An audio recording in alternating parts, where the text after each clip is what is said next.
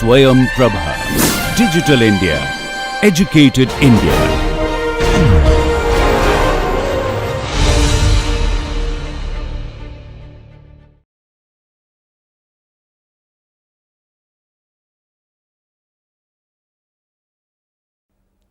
Okay, so we had 5 tips that we understand. Let's go to other tips. Okay, so tip number 5. This is a very important tip. That will be very useful. I think tip number 6. Okay, tip number 6. Okay, I didn't realize 5 are over. Now, sixth one has to do with what is called compatibility. Okay, when I look at system of rigid bodies, for example, we looked at only the rigid body earlier in the first 5 tips. Sixth tip, we are looking at systems of rigid bodies. Okay, so I am going to explain to you certain things that we have to understand related to that. Okay, for example, this is a simple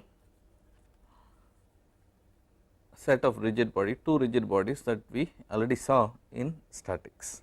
Okay, now if each of these bodies are rotating like this, okay, you realize, assume they are pinned all the time, they are pinned all the time at this particular point, okay, this yellow point, and they are moving.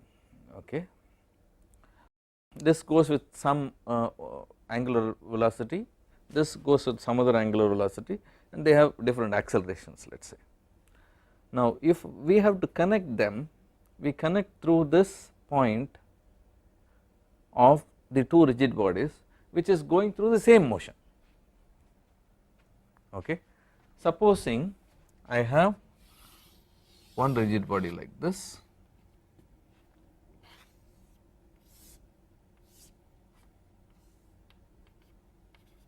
another rigid body like this.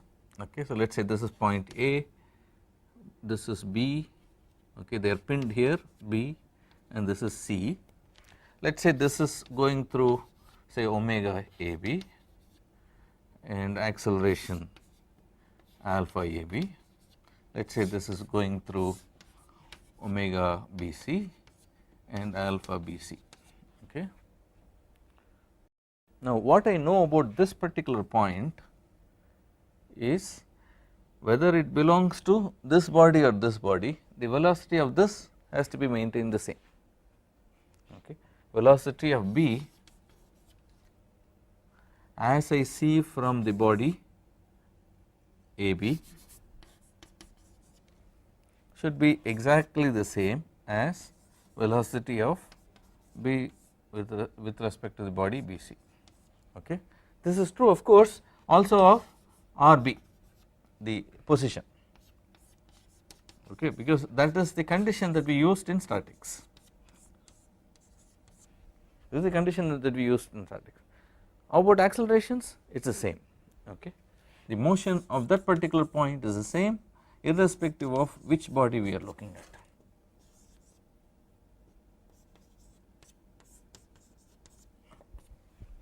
This is very important, and this is the one that connects the motion of this to the motion of this. In other words, there is a constraint in terms of location, velocity and acceleration when it comes to this kind of pin. We have different kinds of constraints. Okay. Let me show one more constraint. I may have a constraint like this. For example, let us say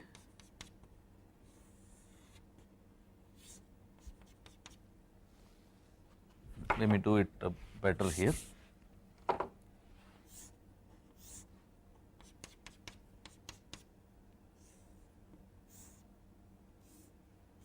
Let us say I have a block frictionless here moving along a particular slot as shown here. Okay, and let us say this is connected to through a particular rod. Let us say the rod is like this. Okay, let us say AB. What have I done here? There is a restraint offered by this kind of slot in such a way that the velocity of A will be along this direction, and that is important to note. Okay. That is very important. One more thing, if this is clear, the other thing that we already knew from a single rigid body is, okay, so let me say these are about constraints. Okay. Supposing I have a body which is pinned here, let us say something like this, and let us say it is having an angular velocity and angular acceleration. Okay. What do you know about the motion of this point? Let us say this is A and this is B. I know two things. Motion of A is 0. Whenever I put a hash like this, it is fixed to the fixed frame of reference at a point here, and therefore the point A is not moving at all. Velocity is 0, acceleration is 0, also the location is some constant location. Okay. How about B? Knowing that this is equal to 0, it is easy for me to write down the directions of the accelerations of and velocity and acceleration of B. The velocity will naturally be like this, acceleration as such will have a component like this, so this is velocity of B. Acceleration will have two components, one is the tangential acceleration in this direction and another like this, which is A in the radial direction or normal direction. What is this equal to? Omega square. If this length is r, it is omega square r times this direction. Similarly, this is alpha times r times this direction. Okay. And this is omega times r times this direction. So, it is possible to immediately find out the directions of acceleration and velocity in this kind of situations. This is a special situation because most of the times you will have a motor that is rotating, the axis of rotation is what this is, okay, and there may be a rod or something that is transferring the power. Okay. Now, this is often used in order to translate a rotatory motion to a linear motion. As you can see, the velocity of A is fixed along a particular direction.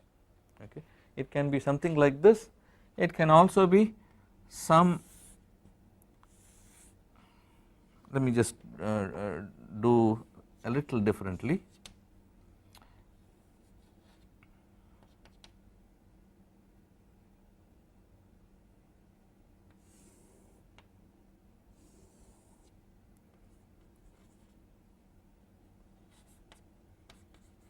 It can also be something like this, where this point A of this rigid body AB is restricted to move along a slot that is given. Okay. So, once I know this slot, I know the direction of the motion, the geometry of motion is already specified. I can use the geometry of the motion in order to solve the problem. Okay. But these two are very critical. Usually you will see a rotation like this with an angular acceleration or velocity, or translation of a rotatory motion to a linear motion. Okay. Most of the reciprocating type of pumps will have this kind of thing, alright, and these two are very important to understand. Okay. This is the tip related to this. Let us go to another tip. Okay. This is also a related tip, but it may be worth understanding it separately, okay, and that is about what? Wheels. We did this exercise to a certain extent in friction, we are revisiting in this particular case. Let us say I am going to have a purely rolling wheel, means what? I have something like this and I have a wheel over here.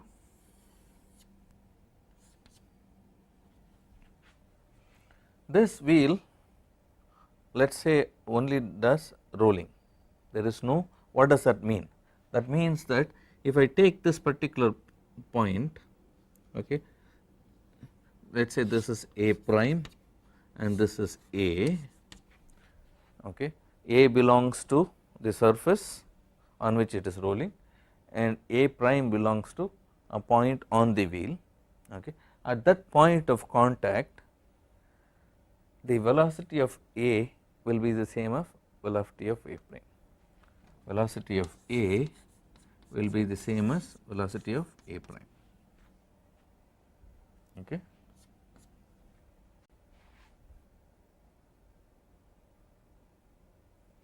Vertical velocity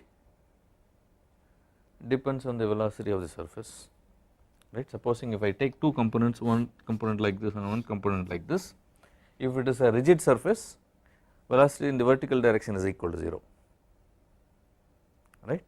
If it is a surface that is moving, then the velocity of these 2 points is the same as the velocity of this surface which is moving or this wheel that is moving. The other velocity of this surface and this surface will match at that particular point, okay. Not only velocity, it will also be the acceleration, okay. So, but acceleration I am going to write acceleration of A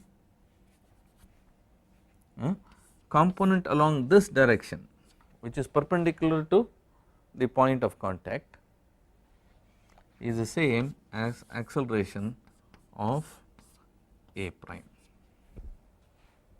Supposing this is a rigid surface, the acceleration of the rigid surface is 0. So, this is equal to 0, the component which is perpendicular to the point of contact. So, this is the perpendicular direction, that direction acceleration is equal to the direction acceleration of A prime, okay. And these are the conditions that we use in order to solve the problem. What is the special case? Special case is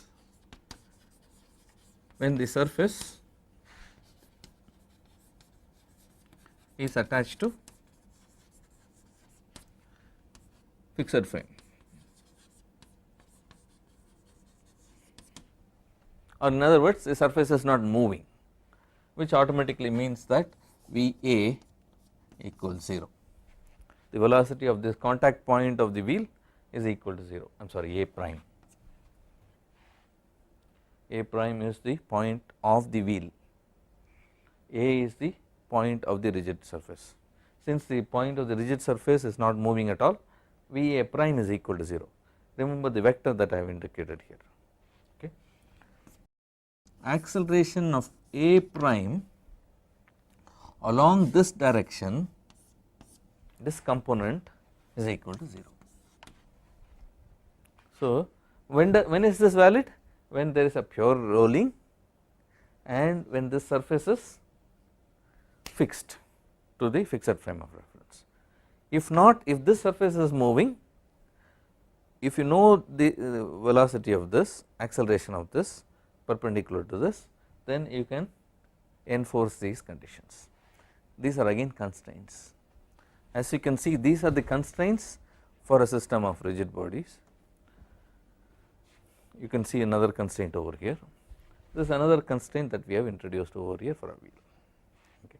Most of the problems that you will encounter will belong to any one of these categories or a mixture of these categories, okay.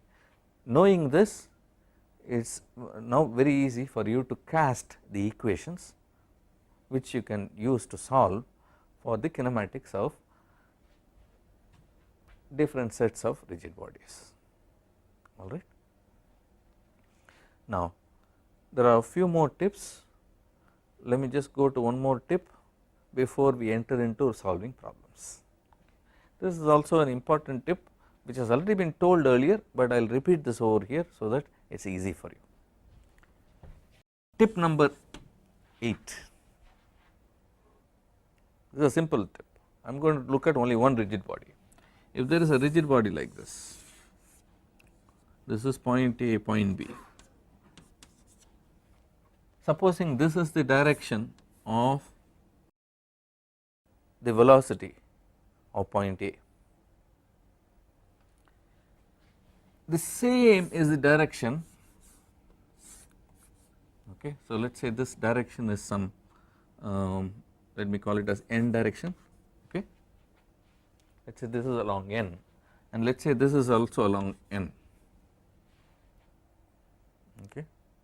We can make a few conclusions from this which are very useful when solving problems. The first conclusion is AB undergoes a pure translation along n, okay. It is not very apparent here unless I state the next one, because these two are connected. What is the angular velocity of AB? Remember, velocity of B is equal to velocity of A plus this. In order to understand this, I have the other tip that is useful. Velocity of A and velocity of B have to be equal for a pure translation. They have to move like that, and this is very important, alright. If it is a pure translation, you will notice that the directions are the same, velocity of this and velocity of this directions are the same, number 1. Not only that, the velocities also will be the same because it is a pure translation, but because of this pure translation, omega AB is equal to 0. It is a very important conclusion, because this is used in many of those problems that you will encounter in your exams. So from an exam point of view, this is very useful. Understand this very clearly. The direction of this velocity and the direction of this velocity should be the same. In that case, I can make this conclusion. So the translation is the only thing that happens, okay. And remember, in many of the problems, this may be momentary. At a particular moment, it may go through only a pure translation at a particular time t, and therefore you cannot do the same thing for acceleration. Remember, if the acceleration of this and acceleration of this are the same, there are two components that will go to 0, okay. If the directions I am talking about are the same, there is one direction that is along AB and another direction that is perpendicular to AB that could act as an additional contribution, and therefore the acceleration of B and acceleration of A could have same directions but may have different magnitudes, and this holds good only for the velocity. Please remember this clearly, okay. I think it was Swetaketu who asked the question, tell me what is it that I should know so that I know everything. So like that, tell me what are the tips I should know so that I can solve all the problems in planar kinematics.